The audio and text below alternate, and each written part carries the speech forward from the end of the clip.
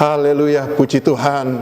Kembali lagi kita bertemu dalam kasih Tuhan untuk menikmati akan kebenaran firman Tuhan. Puji Tuhan.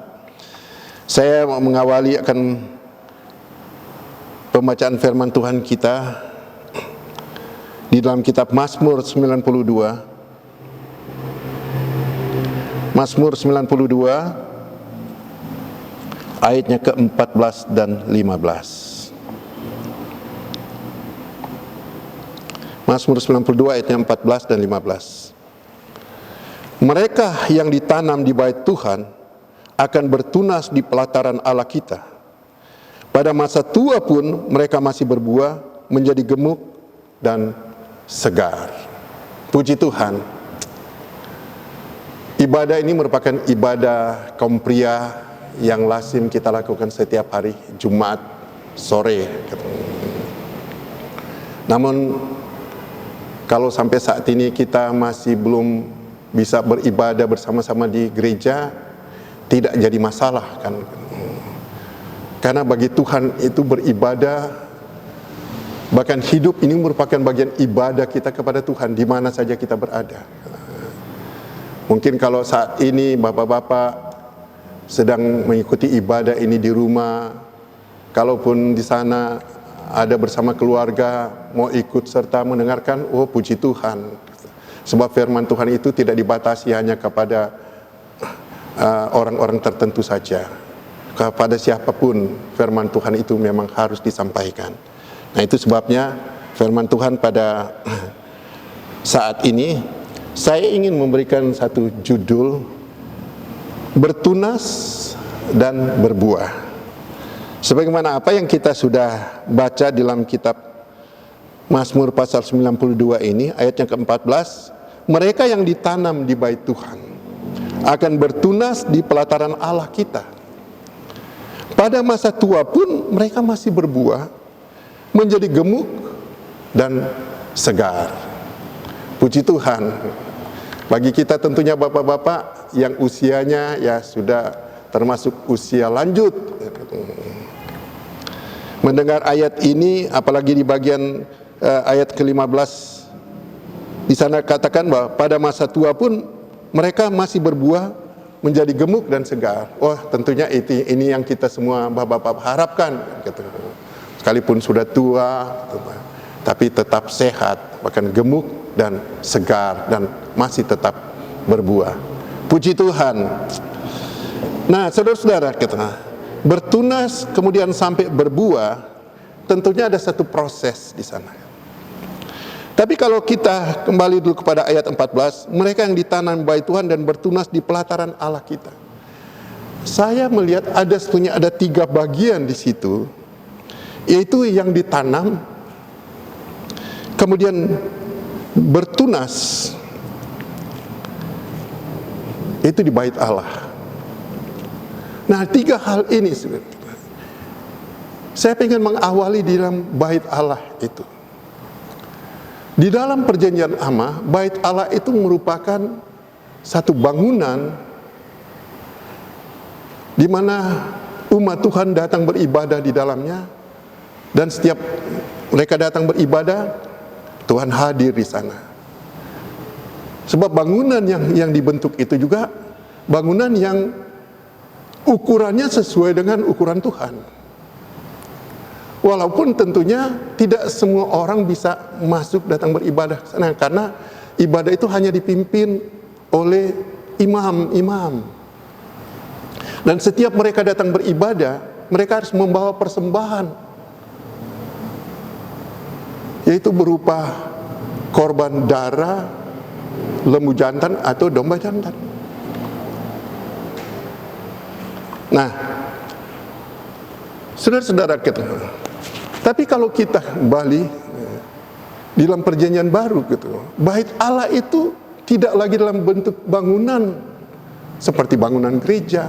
Itu sebabnya bagi kita anak-anak Tuhan, memang gereja itu kita untuk berkumpul beribadah bersama-sama.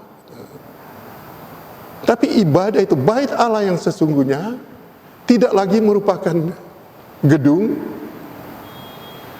Tapi bait Allah itu sendiri adalah kehidupan saudara dan saya. Di dalam 1 Korintus pasal yang ketiga 16 jelas di sana dikatakan bahwa tubuh ini merupakan bangunan Allah di mana roh Allah tinggal di dalamnya. Bahkan 1 Korintus pasal 6 ayat 19 pun juga diperjelas lagi di sana bahwa rumah Roh Kudus. Dan dikatakan bahwa kita ini bukan milik kita lagi. Kita sudah dibeli dan harganya sudah dibayar lunas. Maka kita tidak berhak lagi atas diri kita sendiri. Itu sebabnya makanya Tuhan jadikan kita sebagai rumah Tuhan. Nah, tubuh ini terdiri dari darah dan daging, di mana tidak sesuai dengan apa yang Tuhan inginkan, gitu. Karena dalam tubuh ini, gitu, masih ada keinginan-keinginan duniawi, keinginan-keinginan daging yang bertentangan dengan kehendak Tuhan. Sedangkan roh Tuhan tinggal di dalam tubuh ini. Nah, itu sebabnya bait Allah ini harus kudus. Nah, terkait dengan ditanam di situ, yang ditanam itu tidak kelihatan, atau yang ditanam itu yang harus ditanggalkan adalah kedagingan ini, adalah sifat-sifat duniawi ini yang harus kita tanggalkan, sehingga menjadi betul-betul rumah Allah yang sesungguhnya. Puji Tuhan. Nah, di dalam pertumbuhan itu ada yang harus ditanamkan di dalamnya, yaitu benih, sampai dia bertumbuh, kemudian dia bertunas dan menghasilkan buah. Nah, ada proses tentunya, gitu, di dalam satu pertumbuhan itu sampai berbuah. Tuhan seringkali berfirman kepada kita dalam satu perumpamaan di mana kita diumpamakan seperti satu benih atau pohon yang ditanam untuk mengeluarkan buah. Di dalam kitab Yohanes pasal yang kedua, Yohanes 12 ayatnya ke-24.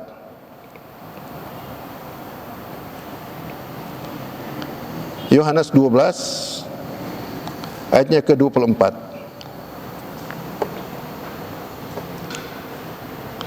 Aku berkata kepadamu, sesungguhnya jikalau biji gandum tidak jatuh ke dalam tanah dan mati, ia tetap satu biji saja. Tetapi jika ia mati, ia akan menghasilkan banyak buah. Nah, kita perhatikan sini, benih itu harus ditanam dan mati. Kemudian yang dimaksud sini apa? Itu kedagingan kita, keduniawian kita ini harus dimatikan, sehingga kita menjadi rumah Allah, di mana Roh Kudus tinggal di dalam kita, sehingga pertumbuhan rohani kita berkenan kepada Tuhan dan menghasilkan buah. Bahkan bukan saya menghasilkan buah, tapi di sini dikatakan bahwa bertunas di bait Allah, bertunas. Kalau bicara bertunas, jadi seperti ayat dari Yohanes pasal 12 ayat 24 tadi, bahwa satu tadinya cuma satu. Kemudian dia ditanam, dia bertumbuh, kemudian bertunas menjadi banyak. Dan dalam kiriman kita kepada Tuhan pun, itu bukan semata-mata hanya untuk kepentingan diri kita sendiri, tapi juga menjadi kesaksian bagi banyak orang. Itu tujuannya supaya kita bertunas,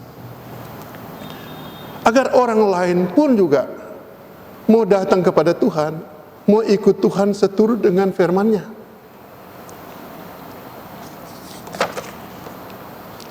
Di dalam pertumbuhan yang kita perlu perhatikan, ada beberapa hal yang kita perlu, yaitu pertama, tanah itu sendiri atau jenis tanah. Di dalam kitab Matius pasal yang ketiga, Matius pasal 13 maksudnya, Matius pasal 13. Kita mulai ayatnya ke-3. Yesus sendiri memberikan satu contoh tanah yang seperti apa kemudian benih itu bisa bertumbuh dan menghasilkan buah.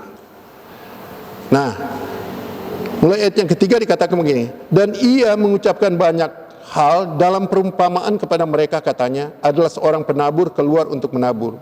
Pada waktu ia menabur, sebagian benih itu jatuh di pinggir jalan. Lalu datanglah burung dan memakannya sampai habis. Kita lihat, benih itu tidak bertumbuh.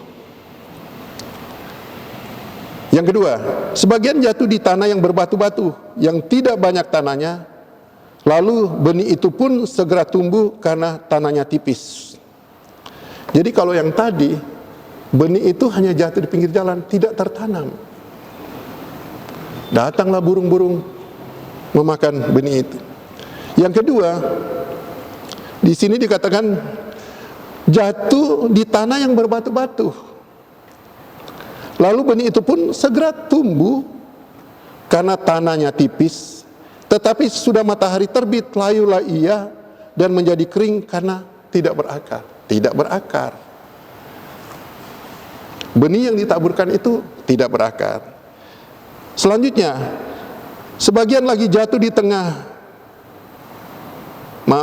ayat 8. Dan sebagian jatuh di tanah yang baik, lalu berbuah, ada yang 100 kali lipat, ada yang 60 kali lipat, ada yang 30 kali lipat, ada yang 100 kali lipat, 60. Kalau kita lihat, orang yang tertanam di bait Allah itu, di ayat awal Mazmur 92 dikatakan, dia akan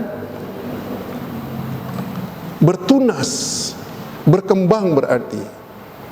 Dari tadinya mungkin hanya satu, berkembang menjadi banyak. Nah, rupanya di dalam pertumbuhan itu karena tanah hatinya itu baik, sehingga benih yang ditanamkan itu bertumbuh, kemudian berkembang dan bertunas sampai mengeluarkan buah. Jadi bagian dalam pertumbuhan itu yang kita lihat adalah satu jenis tanahnya. Berikut kita lihat,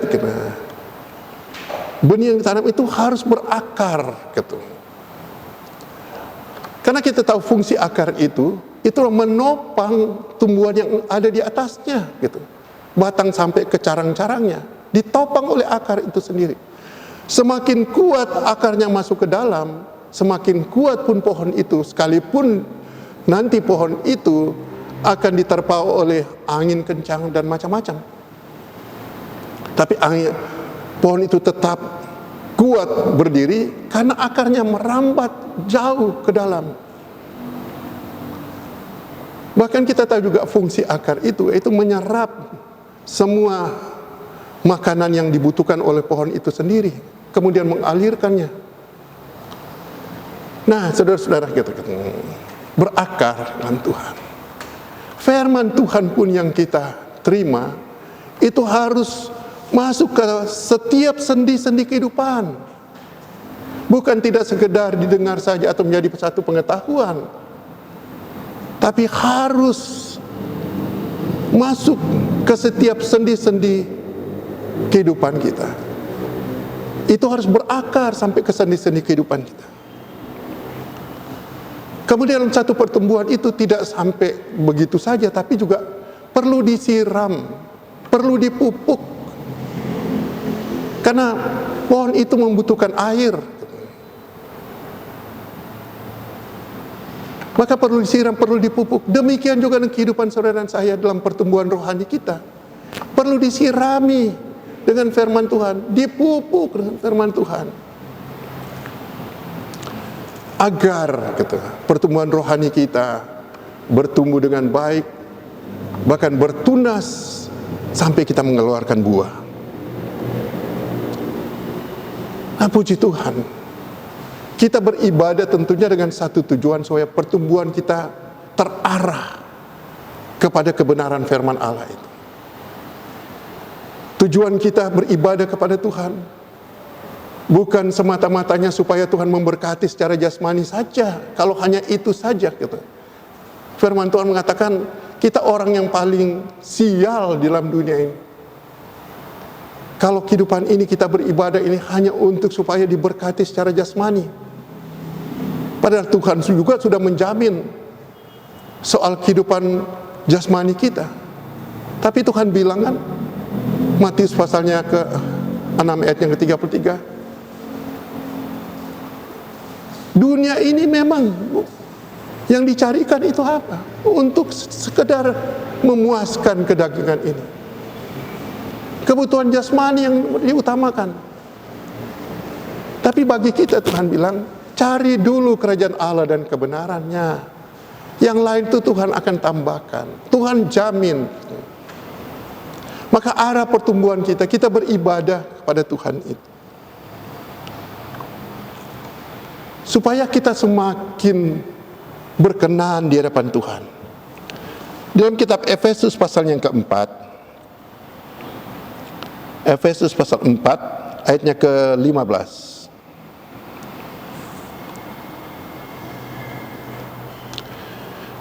Efesus 4 ayat 15. Tetapi dengan teguh berpegang kepada kebenaran, di dalam kasih kita bertumbuh di dalam segala hal ke arah Dia, Kristus yang adalah kepala.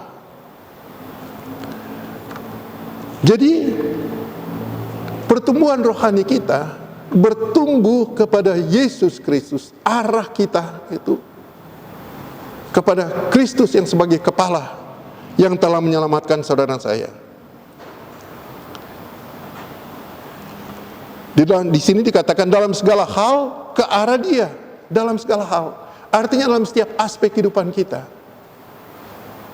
Semuanya arahnya kepada Kristus. Baik kita melakukan kegiatan kita sehari-hari, yang kita lakukan itu mengarah kepada kemuliaan Kristus. Puji Tuhan gitu.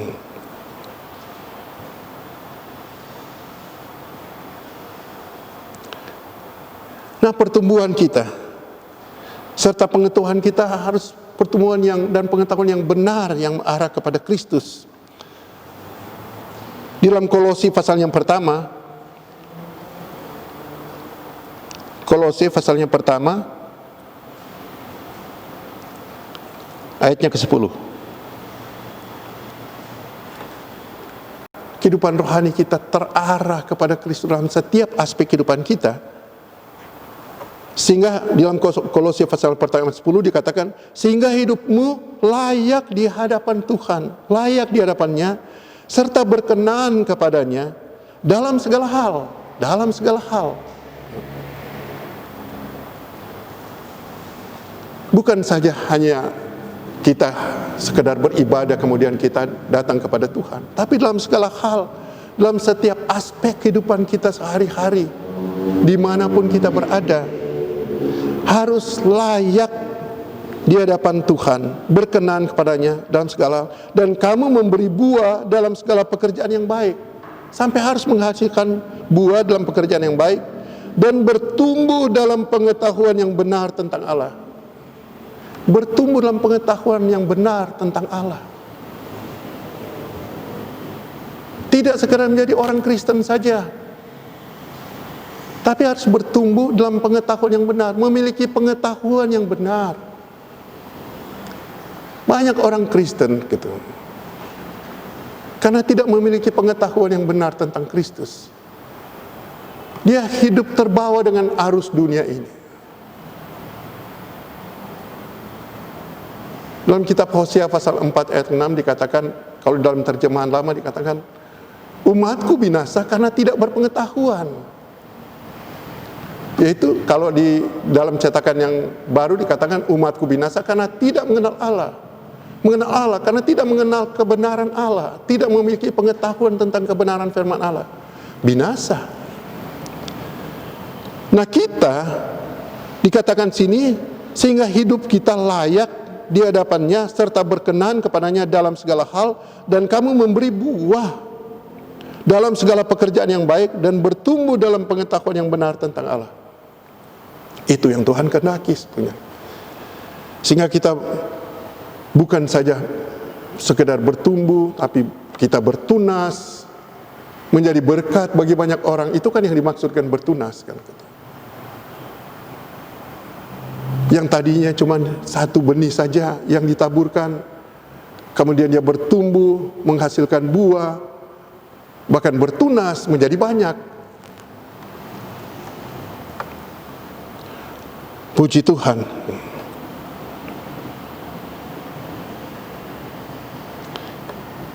Ayat yang sudah sering kita dengar, kita baca tentunya.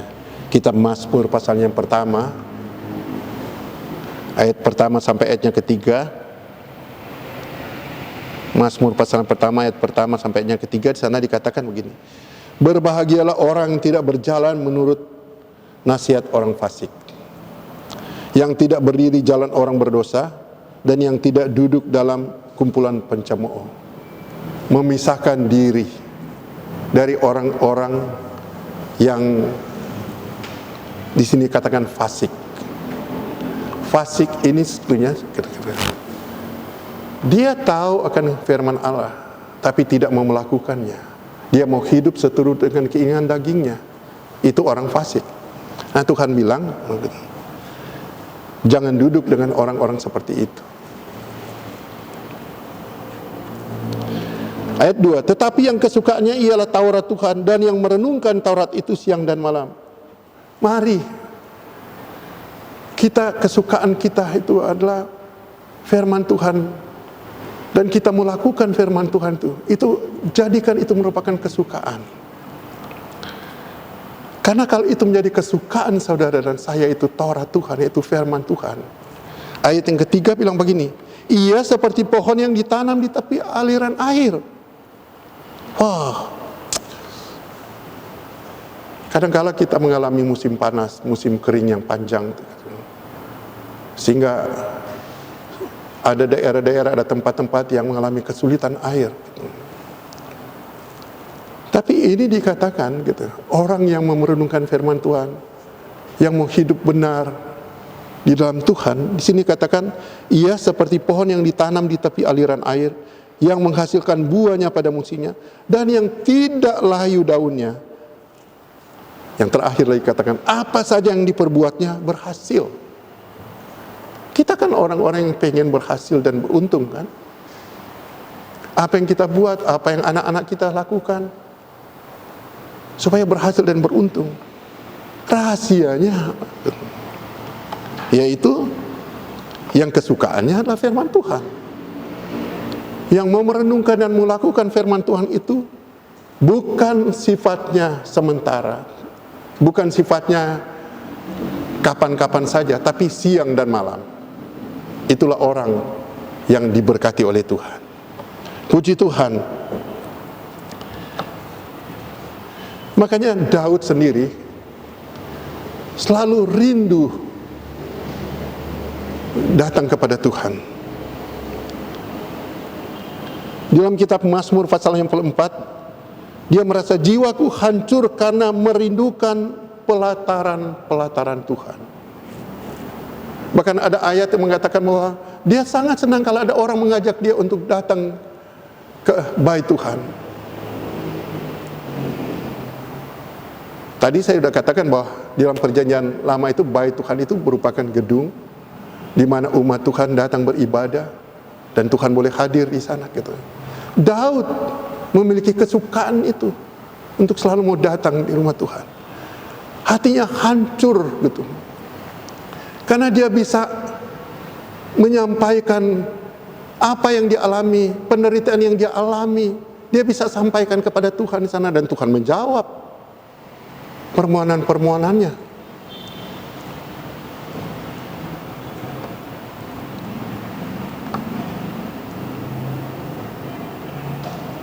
Kita lihat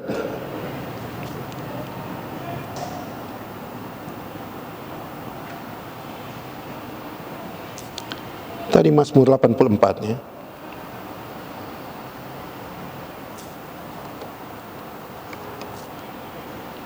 Ayat yang ketiga.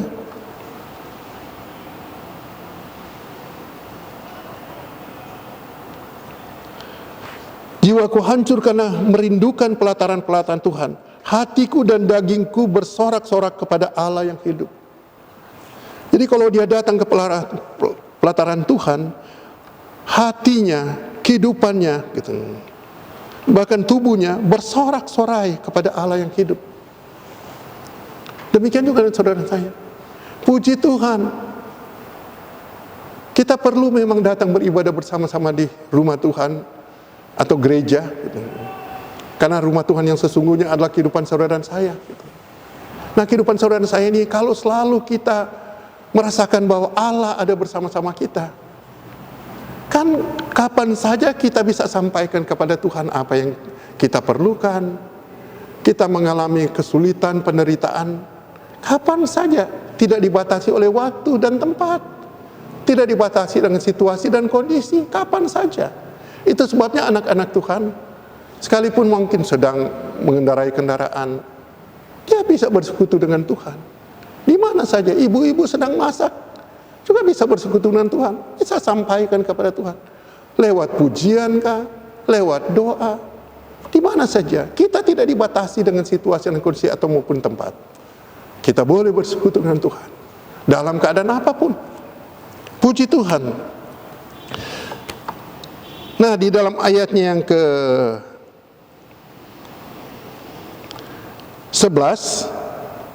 apa yang dia katakan kerinduannya daripada Daud? Sebab lebih baik 1 hari di pelataranmu daripada 1000 hari di tempat lain. Wow. Di dunia ini banyak sekali tempat-tempat yang bisa menyenangkan daging ini, gitu. Itu pun kita harus mengeluarkan biaya yang besar. Tapi kesukaan yang sejati itu hanya datang dari Tuhan dan free of charge, tidak harus bayar, kapan saja. Tidak harus mesti bikin appointment dengan Tuhan. Tuhan, saya mau bersekutu dengan Tuhan jam sekian, kapan saja. Kita bisa bersekutu dengan Tuhan. Puji Tuhan. Sebab lebih baik 1 hari di pelataranmu, pelataran Tuhan, daripada 1000 hari tempat lain. Lebih baik berdiri di ambang pintu rumah Allahku daripada diam di kemah-kemah orang fasik. Ini kerinduan Daud. Puji Tuhan. Biar juga ini menyumpahkan kerinduan saudara dan saya, bahwa hidup kita ini dalam tangan Tuhan.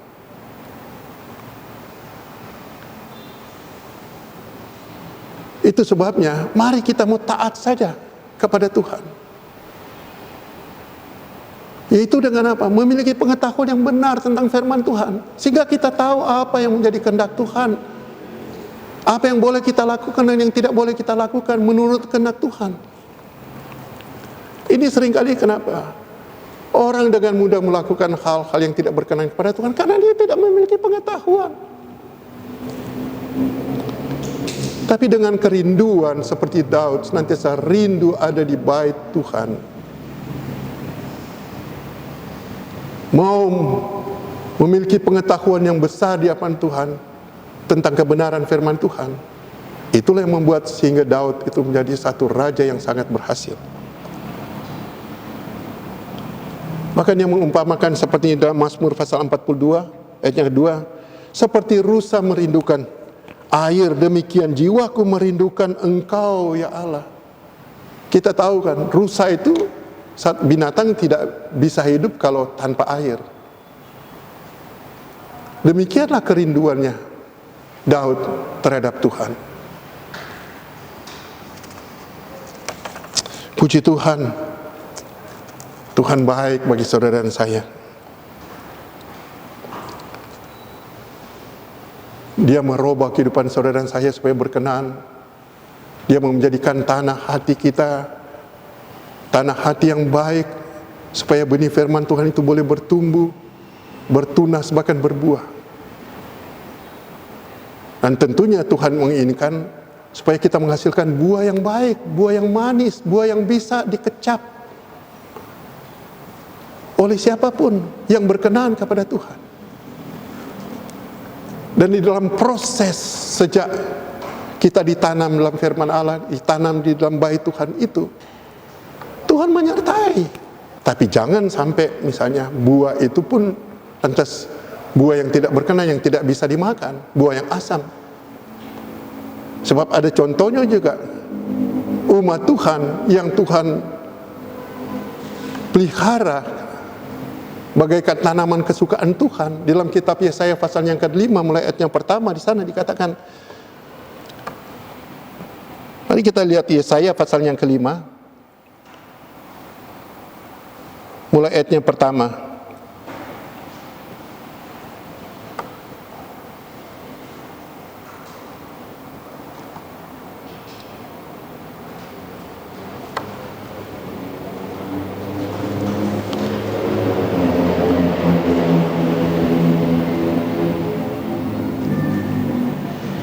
Yesaya pasal yang ke-5 mulai ayat yang pertama. Aku hendak menyanyikan nyanyian tentang kekasihku, nyanyian kekasihku tentang kebun anggurnya. Kekasihku itu mempunyai kebun anggur di lereng bukit yang subur. Ia mencangkulnya dan membuang batu-batunya. Lihat, sebelum ditanam, Tuhan mencangkul kemudian membuang batu-batunya agar benih itu ditanam di tanah yang baik. Dan menanaminya dengan pokok anggur pilihan. Ia mendirikan sebuah menara jaga di tengah-tengahnya. Mata Tuhan tertuju kepada tanaman-tanaman kesukaan Tuhan itu, saudara dan saya. Dibuat menara jaga agar jangan dirusak oleh binatang-binatang buas yang ibaratnya juga kuasa kegelapan itu, jangan sampai merusak kehidupan anak-anak Tuhan. Ia mendirikan sebuah rumah jaga di tengah-tengahnya dan menggali lubang tempat memeras anggur. Tuhan mempersiapkan lumbung-lumbungnya. Lalu dinantinya supaya kebun itu menghasilkan buah anggur yang baik. Tentunya yang diharapkan itu buahnya buah yang baik. Tetapi yang dihasilkannya ialah buah anggur yang asam. Aduh, sudah tanahnya yang tadinya berbatu-batu disingkirkan supaya benih itu bisa tumbuh dengan baik, dijaga, dibuatkan lumbung untuk supaya menampung hasilnya. Tapi yang keluar ternyata berbuah, saudara kata, tapi asam. Nah ini juga saudara-saudara kata, jangan kita kemudian datang beribadah karena hanya untuk kepentingan kita sendiri. Gitu. Itu tidak beda dengan buah yang asam. Buah yang dikeluarkan gitu, tidak untuk kemuliaan Tuhan dan tidak bisa dinikmati juga oleh orang lain. Gitu. Sehingga ayat yang keempat berkata, apatah lagi yang harus diperbuat untuk kebun anggurku itu yang belum kuperbuat kepadanya. Semuanya Tuhan sudah buat, Tuhan sudah pelihara. Gitu. Tuhan sudah jaga. Mengapa yang dihasilkannya hanya buah anggur yang asam? Nah, karena mengeluarkan buah asam, sehingga ada kekecewaan Tuhan tentunya. Dan ayat kelima berkata, maka sekarang aku mau memberitahukan kepadamu apa yang hendak kulakukan kepada kebun anggurku itu. Aku akan menebang pagar durinya. Tadinya kita dipagari dengan kuasa Tuhan sendiri, yaitu Roh Kudus yang memagari saudara dan saya. Tapi sekarang Tuhan bilang, aku akan menebang pagar durinya sehingga kebun itu dimakan habis. Binatang-binatang buas masuk mengobrak-abrik kebun anggur itu dan melanda temboknya sehingga kebun itu diinjak-injak. Ayat 6, aku akan membuatnya ditumbuhi semak-semak, tidak dirantingi dan tidak disiangi, sehingga tumbuh putri malu dan rumput. Aku akan memerintahkan awan-awan supaya jangan turunkannya hujan ke atasnya. Lihat, kalau satu kehidupan yang diawali dengan baik, supaya bertumbuh kerohaniannya dia baik di dalam Tuhan, memiliki pengetahuan yang benar tentang Allah, agar menghasilkan buah yang boleh dinikmati oleh setiap orang demi kemuliaan Tuhan. Dan Tuhan sudah jaga, Tuhan pelihara, Tuhan pagari kehidupan kita dengan kuasa-Nya. Tapi kemudian kita tidak menghasilkan buah yang manis, yang bisa dikecap oleh setiap orang. Maka apa yang Tuhan lakukan? Tuhan cabut pagar yang mengelilingi kita tadinya. Roh Kudus jauh daripada kita, sehingga kuasa kegelapan yang menghampiri kita, bahkan menginjak-injak kehidupan kita. Jangan kiranya hal ini terjadi kepada saudara saya maupun keluarga kita. Kehidupan ini akan sulit, kesulitan yang besar, bahkan keselamatan Tuhan sudah akan hilang. Kalau kita tadinya sudah terpelihara dalam Tuhan, kemudian jauh dari Tuhan. Saudara, dalam satu pertumbuhan itu tentunya ada banyak hal yang kita alami, yang membuat mungkin kerohanian kita kemudian menjadi lemah. Ada sifat-sifat kita mungkin yang tidak berkenan kepada Tuhan, yang masih melekat dalam diri kita, yang masih harus dibersihkan. Biar kita rela dibersihkan oleh Tuhan. Sebab dalam kitab Yohanes pasal 15 ayat kedua, Tuhan bilang, kalau setiap ranting, karena yang berbuah itu adalah ranting itu yang mengeluarkan buah. Supaya dia berbuah banyak, dia harus dibersihkan. Nah, proses membersihkan itu, saudara, tidak mudah. Yang melekat di dalam ranting-ranting itu harus dibersihkan. Kalau ranting itu bisa berbicara, dia akan katakan sakit. Tidak enak kalau dibersihkan. Demikian juga kehidupan rohani saudara dan saya. Kita harus mengeluarkan buah. Tapi dalam diri kita masih ada kebiasaan-kebiasaan yang buruk melekat dalam diri kita. Masih ada hal-hal duniawi yang melekat dalam diri kita, yang harus disingkirkan, harus dibersihkan supaya mengeluarkan buah. Kita harus rela. Karena dengan demikian kita bersih, dan justru itu akan mengeluarkan buah yang banyak. Jadi rela harus dibersihkan. Kalau firman Tuhan menegur saya dan saudara, mari kita terima, karena firman Tuhan itu teguran Allah sendiri. Harus kita terima. Tidak sedikit mengaku sebagai anak Tuhan, namun kalau ditegur oleh firman Allah, lewat mungkin hamba Tuhan yang menyampaikan kebenaran firman Tuhan, kalau itu bertentangan dengan kehendak hatinya, itu bukan buat saya. Tidak mau gitu. Tapi mari, Tuhan ingin membentuk kita supaya kita bertumbuh, bertunas, dan mengeluarkan buah yang banyak gitu. Dan kita juga akan menikmati buah-buah itu. Nama Tuhan ini dipermuliakan, dibesarkan. Puji Tuhan. Nah, buah apa satunya yang harus kita nikmati? Kita lihat Galatia pasal yang ke-5 ayat 22 dan 26. Itulah buah-buah firman Allah, buah-buah Roh Kudus. Galatia pasal 5 ayat 22 sampai 26. Tetapi buah roh, buah kebenaran, itu kasih. Utamakan gitu. Sebelumnya mungkin kita sulit, jangan pun mengasihi sesama kita, mengasihi Tuhan saja mungkin kita hitung-hitungan. Baik hitungan waktu, baik hitungan harta benda yang Tuhan berikan kepada kita. Seringkali kita mungkin masih hitung-hitungan dengan Tuhan. Mau melayani Tuhan, iya, waktu kita sebetulnya saya mau kerjakan ini, tapi harus melayani Tuhan, harus beribadah kepada Tuhan, harus mengeluarkan ongkos. Tapi Tuhan bilang, kalau kita mau bertumbuh, bertunas dan berbuah, maka kasih itu harus ada dalam kehidupan saudara. Kemudian memiliki sukacita. Sekalipun ada banyak tantangan, mau datang beribadah saja, mungkin terhalang dengan cuaca dan segala macam, tapi penuh dengan sukacita.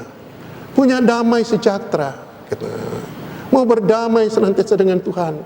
dan juga mau berdamai dengan sesama kita. Tidak mudah tersinggung, penuh dengan damai sejahtera, juga kesabaran. Kita mengalami mungkin hal-hal yang sulit, kita sudah berdoa, kita mau supaya kita dijawab oleh Tuhan menurut waktu yang kita inginkan. Kita mau tentunya instan Tuhan menjawab. Tapi kalau Tuhan belum jawab, terus tekun. Itulah yang namanya kesabaran, merupakan buah-buah yang Tuhan inginkan. Karena waktunya Tuhan bukan seperti waktunya manusia. Perlu ada kesabaran, kemurahan, murah hati, kebaikan, baik terhadap semua orang. Juga kesetiaan. Setia. Mau susah, tetap setia. Dalam keadaan sehat, dalam keadaan apapun, bahkan keadaan sakit pun tetap setia. Kemudian punya kelemah lembutan. Tidak menganggap dirinya lebih hebat daripada orang lain. Itu kan kelemah lembutan. Bahkan menganggap orang lain itu lebih baik daripada dirinya sendiri. Inilah buah-buah yang Tuhan inginkan. Juga penguasaan diri. Penguasaan diri tidak mudah gitu. Kebiasaan-kebiasaan yang sudah lama melekat dalam diri kita harus kita tanggalkan. Amarah lah, kesombongan, macam-macam. Tapi mari kita dapat menguasai diri kita. Allah mengatakan semua hal-hal itu tidak ada hukum yang menentang hal itu. Tidak ada hukum yang menentang hal-hal tentang kasih, tentang sukacita, tentang damai sejahtera, tentang kesabaran, kemurahan, kebaikan, kesetiaan, kelemah lembutan, penguasaan diri. Tidak ada hukum yang menentang hal itu. Nah, puji Tuhan. Ayat 24 mengatakan, barang siapa menjadi milik Kristus, ia telah menyalibkan daging dengan segala hawa nafsu dan keinginannya. Barang siapa menjadi milik Kristus Yesus, ia telah menyalibkan daging dengan segala hawa nafsu dan keinginannya. Jikalau kita hidup oleh Roh, baiklah hidup kita juga dipimpin oleh Roh. Dan janganlah kita gila hormat, janganlah kita saling menantang dan saling mendengki. Mari mau hidup berkenan di hadapan Tuhan. Menjadi milik Kristus, menyalibkan daging dan segala hawa nafsu dan keinginan yang ada di dalamnya. Tuhan kiranya memberkati kita semua. Puji Tuhan. Haleluya. Mari kita tundukkan kepala kita, kita mau berdoa.